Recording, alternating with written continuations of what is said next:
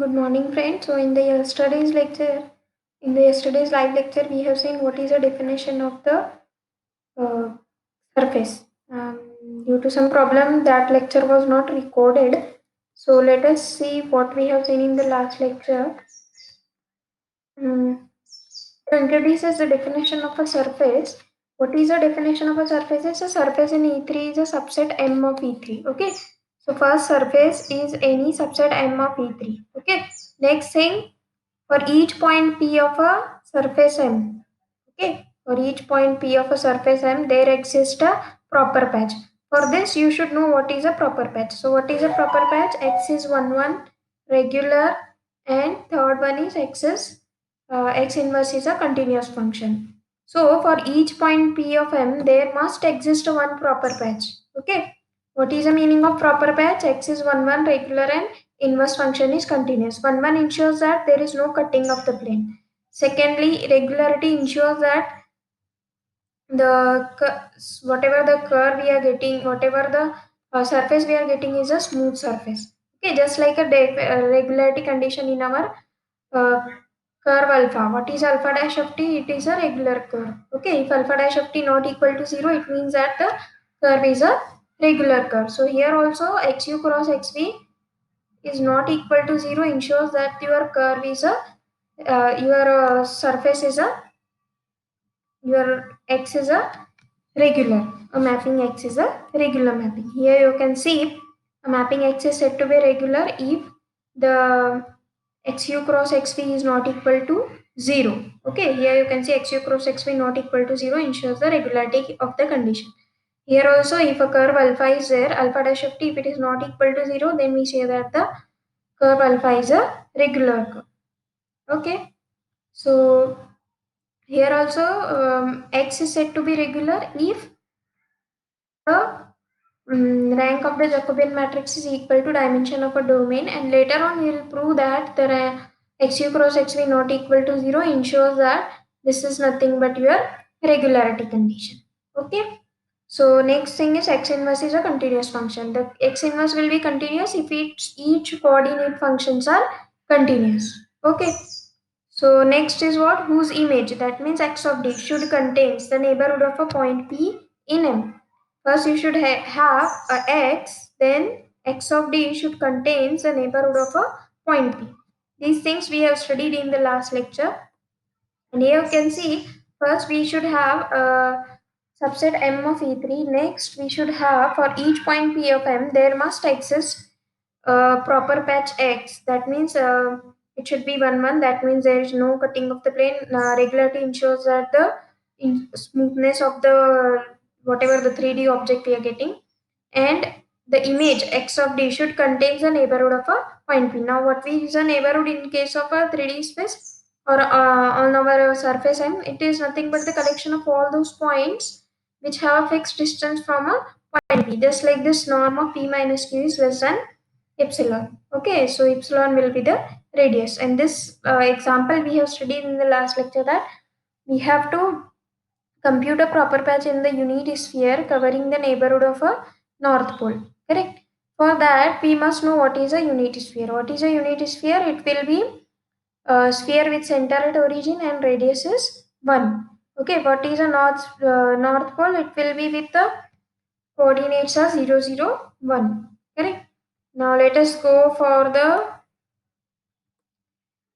what we have to find out. Firstly, we have to find out that we must have one uh, open subset of a 2D plane, and then we should have able to find out a x of d. So here you can see in the xy plane we can have a circle. The image you whatever we are getting, it will be the uh, on the north pole. Okay, so here you can see we can have for each point p of n you can get a x of d, that is for each point p we are getting x of d such that neighborhood of a point p is contained in the x of d. Correct. This I have shown you geometrically in the last slide lecture. Um Now let us define a mapping. Before defining a mapping, let us see what will happen here. So if you can see here for any point P and Q, or rather Q1, Q2, that means if you are taking any point here in the xy plane, this will be with simply q1 and q2. There will not be any third coordinate. Now, if you take an image of this, that means if you plot, if you take this point with some z coordinate, what will be the resultant? Q1 q2 will be as it is, but there will be the change in the third coordinate. That will be, third coordinate will be q3. Okay. So now if I want to define a mapping f will be a mapping f of q1 q2 q3 will be simply q1 q2 and 0. That means it is just like a projection, that is projection of a north pole on your xy plane. So it is simply xy plane, so there will not be any third coordinate. Correct? So now let us define what is open subset D, because for defining x, what we must have for defining x, you can see here the definition for defining a function x, we must have an open subset D of a E2 space so that we can define. So for that, here we are taking D to be an circle. It is a circle in xy plane. Rather, this we have restricted u square plus v square is less than 0. So that means we are collecting all those points such that u square plus v square is strictly less than 1. We are not taking it is equal to 1, because if suppose here we are going to define the mapping, if suppose here u square plus v square is equal to 1, this 1 minus 1 will be 0, x of u will be simply uv.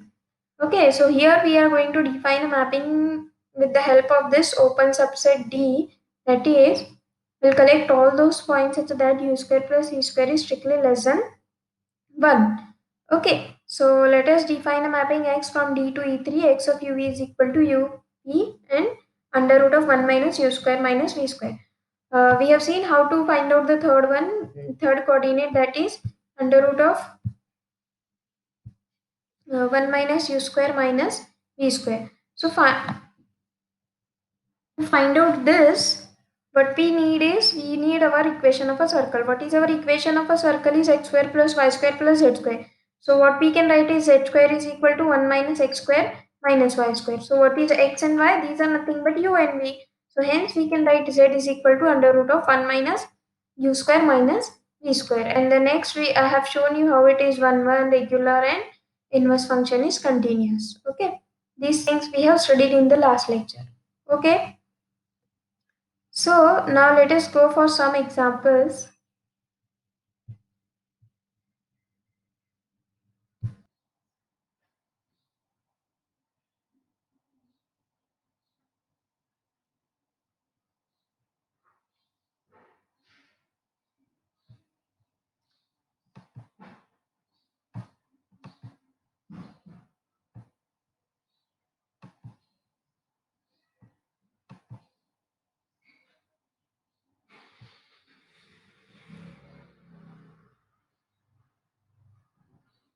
Let us see some counter examples for the surface. So just now in the, we have seen that a sphere can be made a sphere. We can prove that it is a surface with the help of that usual definitions. Now let us see whether cone is a surface. Up to now we were thinking that any 3D object is a surface. Correct. So for that, let us, what we have, the equation of cone is x square plus y square is equals to z square. But if you can see at the vertex of the cone, it is impossible to find out the proper patch. Why it is impossible? Because if you found the proper patch, this will be outside the M. But what is the condition? Whatever the proper patch we are getting, it should be inside the surface M. Okay.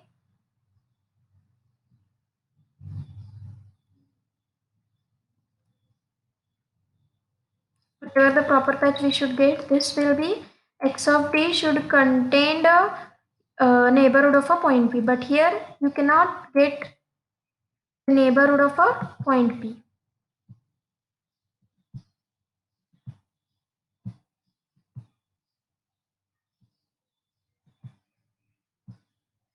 You cannot get the neighborhood of a point P at the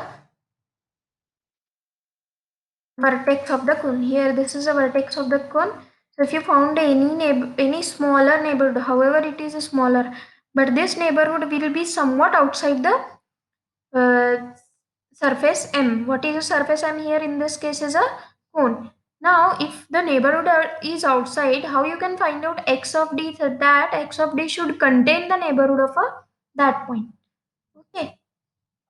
So for that, the cone is not a surface. Now let's take the next example is a closed disk. Just like our closed disk means just like a very small cylinder. Imagine this disk. You can imagine the disk.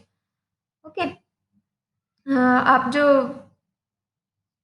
Liguori खेलते हो उसके जो Liguori खेलने के जो apparatus है उसको जो छोटा सा जो होता है उसको डिस्क बोलते हैं, right? So for that disk at all points on the circumference, that means if whatever we are having all points on this circumference, these are the corner points, so it is impossible to find out the proper path which contains the neighborhood of a point P, correct? So if you take a point P, this point P, if you take here neighborhood, this will be outside because this is at the corner points of this disk. So hence it is not a surface. Next single is a folded plane. Just like imagine you are holding your notebook. So if you are holding a notebook, this is the intersection of those two planes. Now this is what simply a line.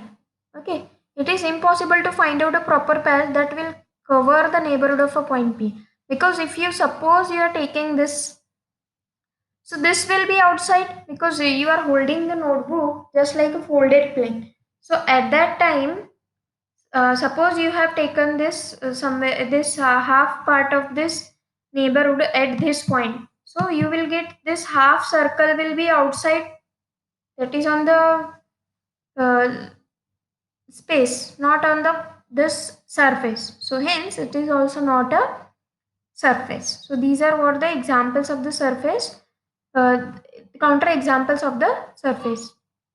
Next is a Munge patch. Okay, if f is a real valued function defined on a open set D in E2, then the function x from D to E3 such that x of uv is equal to uv f of uv is a proper patch called as a Monge patch. Okay, this is a proper patch. It's called a Monge patch if the condition is the third coordinate must be a function of the first two. That means just like we have seen the last example of a surface sphere in which we have written uv under root of 1 minus u square minus v square. Okay, here we have written the third coordinate, you can see here, is under root of 1 minus u square minus v square. So here we can say this is also an example of a Munge patch.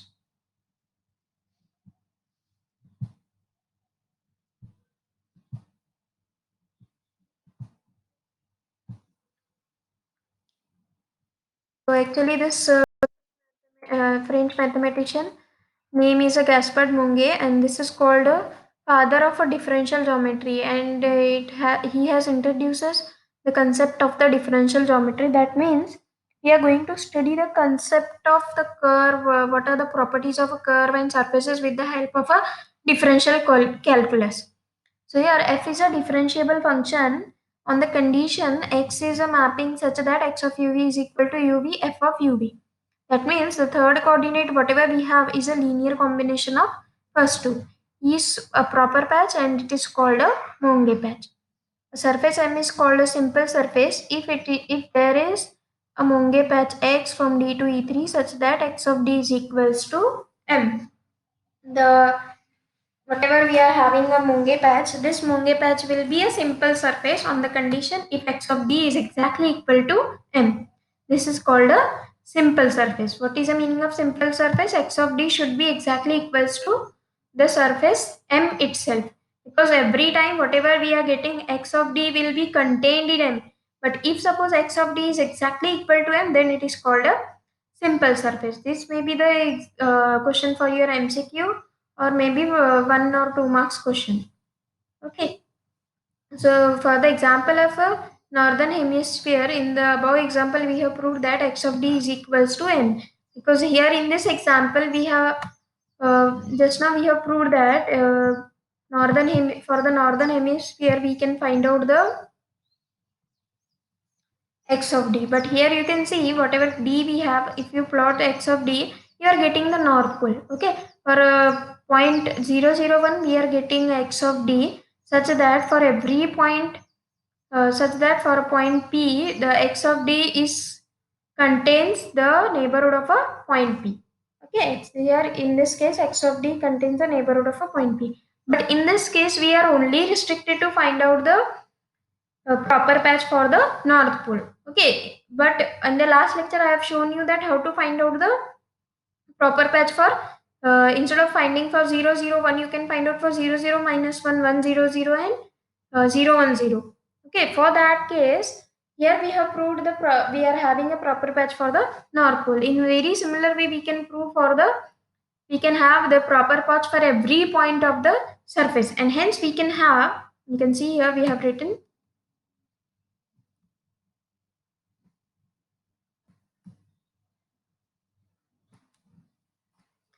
x is a proper pair, so x of 00 is 001, because here first two coordinate will be 00 and the third coordinate will be the z coordinate. Hence x covers a neighborhood of a 001. In fact, x of d contains a neighborhood of each of its point on the hemisphere. Therefore, x of d is a surface. Similarly, we can consider the southern hemisphere. So, we show that the unit sphere is a surface.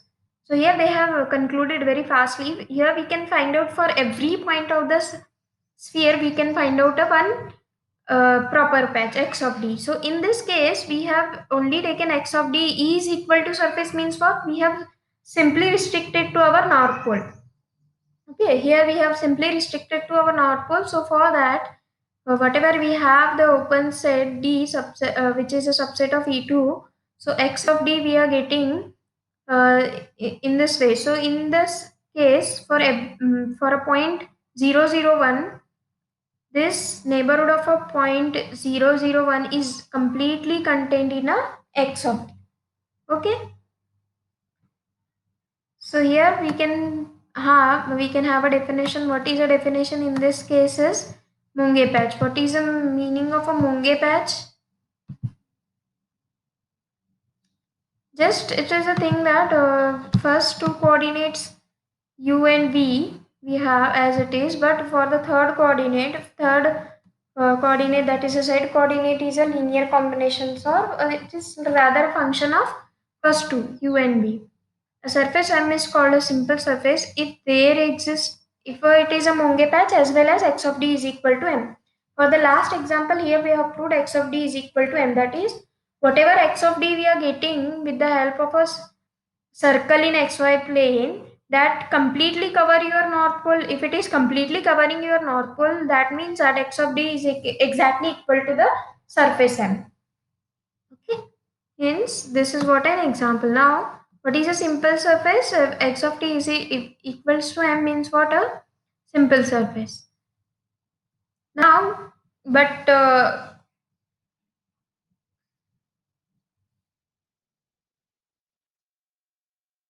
here there is not any surface in E3 can be constructed by gluing together the simple surface. That means x of d is equals to m. As we are having x of d is equal to m, we can take a combination of all those x of d and we can construct one surface. Every differentiable function f of E3 determines a surface, right? Every differentiable function on the condition a surface M is defined with the help of xy, and the z coordinate is a function of first two one. X from E2 to directly surface M. What is E2? If you take any 2 points U and V, so what will be the third coordinate? It is a function of first two. So x of E2 we are getting exactly the surface M. Okay, Z is equal to f of xy is a simple surface. Next we have, if g is a real valued function on E3 and c is a number, then P, for each point P of a E3 space, g of P is equal to some constant. G of P means g of some point xyz is equal to some constant. Is a subset M of E3. The following theorem gives the condition in such a subset is a surface of E3. Okay. I think everyone will be very difficult to prove that any whatever the function is provided or any any geometric object if we are provided, how to prove it is a surface. For proving it to be surface, we must go through these things. What are these things? First we have to find out whether it is a subset of E3. Next we have to find out for every point P of M. That means if you are given with some example, you have to check for every point of P of M, there exists a proper patch in M.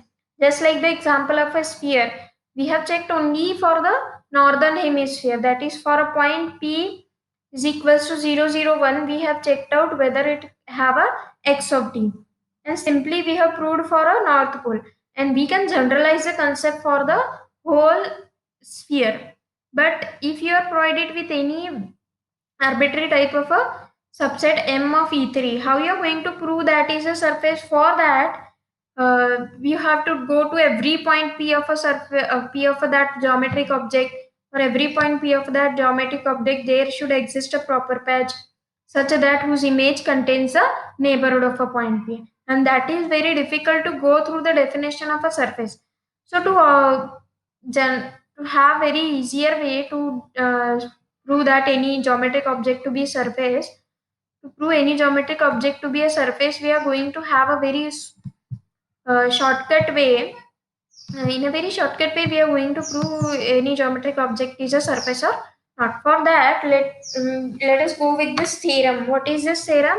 Let G be the differentiable real valued function. Okay, we must have a differentiable real valued function. Let C be the constant.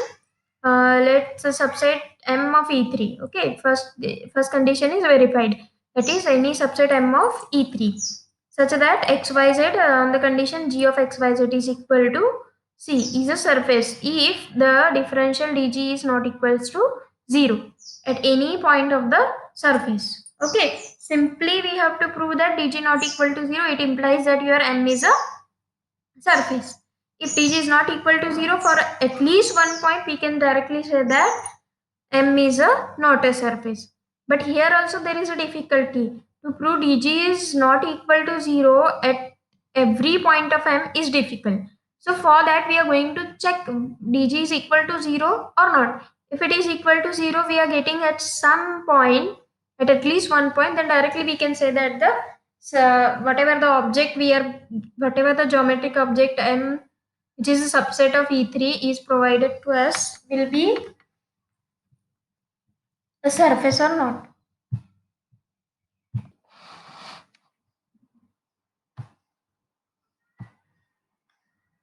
So here in this case we have to just prove that dg not equal to 0. That means just you have to find out the total derivative of a function g whatever we have provided.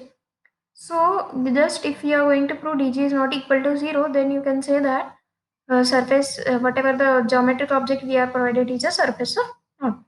Okay, and let us verify whether this dg not equal to 0 will be exactly equal to our definition or not. Okay, for that what is given to us, g of xyz is equal to c and dg is not equal to 0. These things we have provided. Now what is our aim to prove that? With the help of this we have to prove that it is exactly equal to the definition of our surface. Okay, dg not equal to 0 means what? First we will find out dg. What is dg? Dou g by dou x total derivative, dou g by dou x dx plus dou g by dou y dy plus dou g by dou z dz is not equal to 0 on a surface n. Correct. It is not equal to 0 means what? At least one of the partial derivative is non-zero. Okay, with the all this dou g by dou x, dou g by dou y, dou g by dou z, then at least one of the partial derivative will be not equal to 0. Which means that let us assume the third one, that is dou g by dou z is not equal to 0. We are not bothering about the next two. Dou g by dou z is not equal to 0. Then by implicit function theorem. What is implicit function theorem?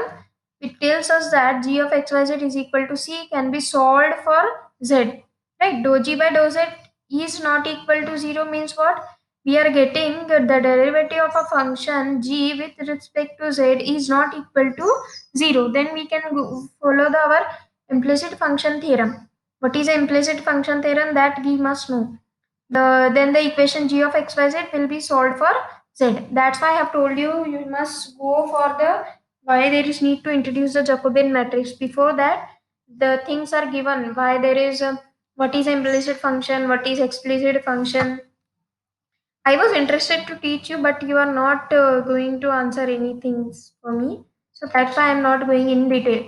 G of x, g x y, h of x y is equal to c. Okay, so what is an implicit function theorem? You must know, and that you have to study. If those who are interested, you can ask what is implicit function theorem. And actually, I will give you a hint. It is available in your S. C. Malik Savita Arora book, where you have introduces the concept of the Jacobian. Before the concept of the Jacobian, the implicit function theorem, what is explicit and what is implicit function, these things are provided. So simply that let us consider it here. What we have, derivative of g with respect to z is not equal to 0, which means that we can find out, we can write the function, or we can solve for we can solve g of x y z for z. Therefore there exists a differentiable real valued function h defined in the neighborhood of t such that for every point u and v, uv h of uv, okay, that is the third coordinate is linear, is function of u and v, lies in n. Okay, that means g of uv h of uv.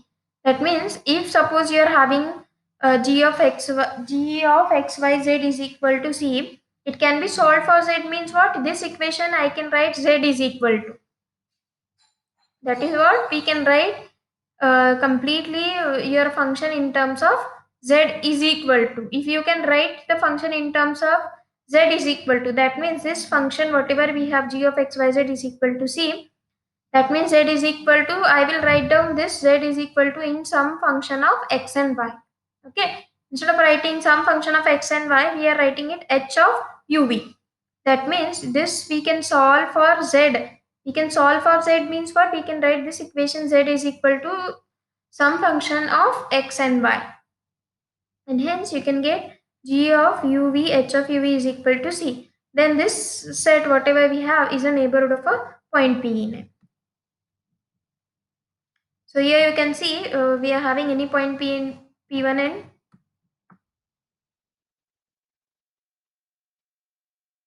for any point P1 and P2, the image whatever we are getting will be P1, P2, and the third coordinate will be the Z coordinate. The function x, whatever we have defined, x of u is equal to uv h of uv. This h of uv is possible only due to dou g by dou z is not equal to 0.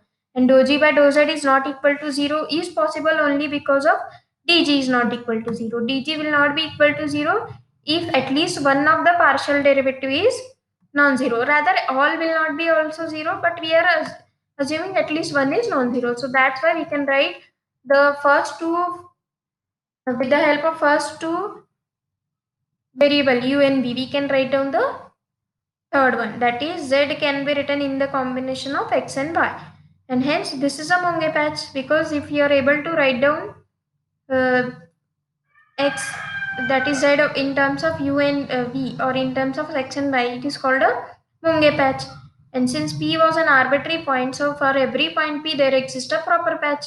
Okay, because we have selected any point p, for every point p we can find out this, and hence there exists a proper patch in M whose image contains a neighborhood of a point P. Hence we can say M is a surface.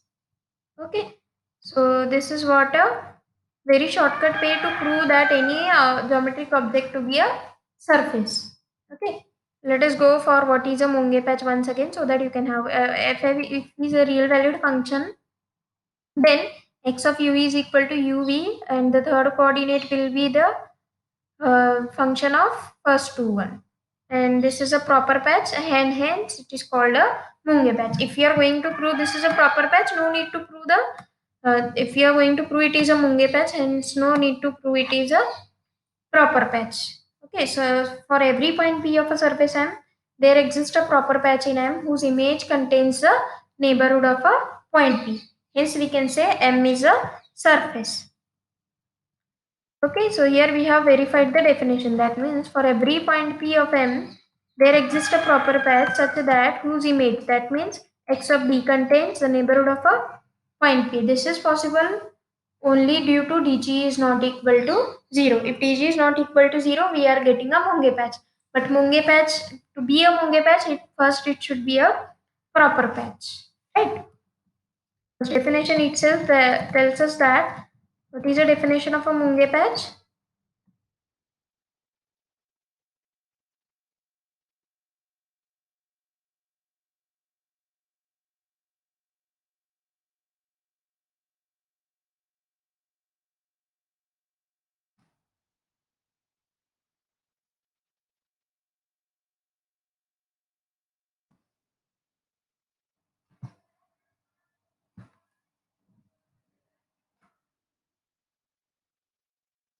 So here, what is the definition of a Monge patch we have?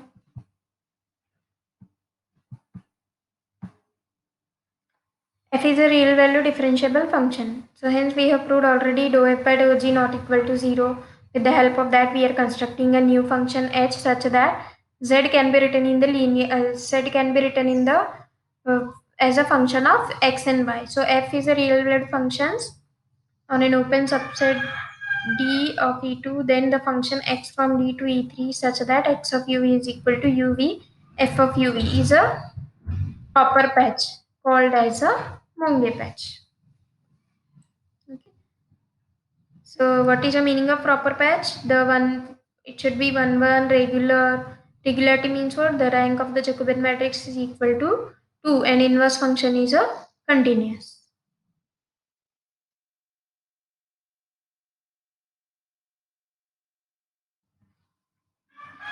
Now you can verify whether this is a this mapping is one regular and inverse function is continuous or not. For this case, we can verify x is 1 1 or not. You can take x of u1 v1 is equal to x of u2 v2. Okay, this will be homework for you to verify whatever we are getting this x of u is equal to uv f of uv, x of u1 v1 is equal to x of u2 v2. So hence we are getting the on the next step u1 v1 f of u1 v1 is equal to u2 v2 f of u2 v2. Okay, next step we can say by coordinate wise equality we get u1 is equal to u2, v1 is equal to v2. Now if you want to prove the rank of the Jacobian matrix is equal to 2, first function is u, second is v, third is f of u. So you are going to find out derivative of u with respect to u is 1, derivative of v with respect to u 0, derivative of f of u with respect to u, that will be some function. Okay, next is the derivative of u with respect to v is 0, derivative of v with respect to v is 1, derivative function with respect to v is again some function we are getting. So hence we can verify the rank of the Jacobian matrix is equal to 2. Now we have to just verify the inverse function. So if you are going to define an inverse function, what will be inverse function? X inverse of xyz is equal to simply xy, because z we have written in the linear combination of first two variable, or rather we can write z is a sum function of first two variable x and y. Okay, that means for every point u and v, there exists a point uv h of v that is lies on the surface m. Okay, here also you can see for every point u and v, instead of writing u and v, you have written p1 p2. So for every point uv on the xy plane, you can get uv h of uv. Okay, so for every point uv h of uv, there uv h of uv lies on a surface m. So this will create a neighborhood of a point P in M. That means for any point, you can have a neighborhood of a point P in M such that that neighborhood is contained in X of UV. And hence we can say the M is a surface. So simply we have to verify dg is equal to 0 or not equal to 0.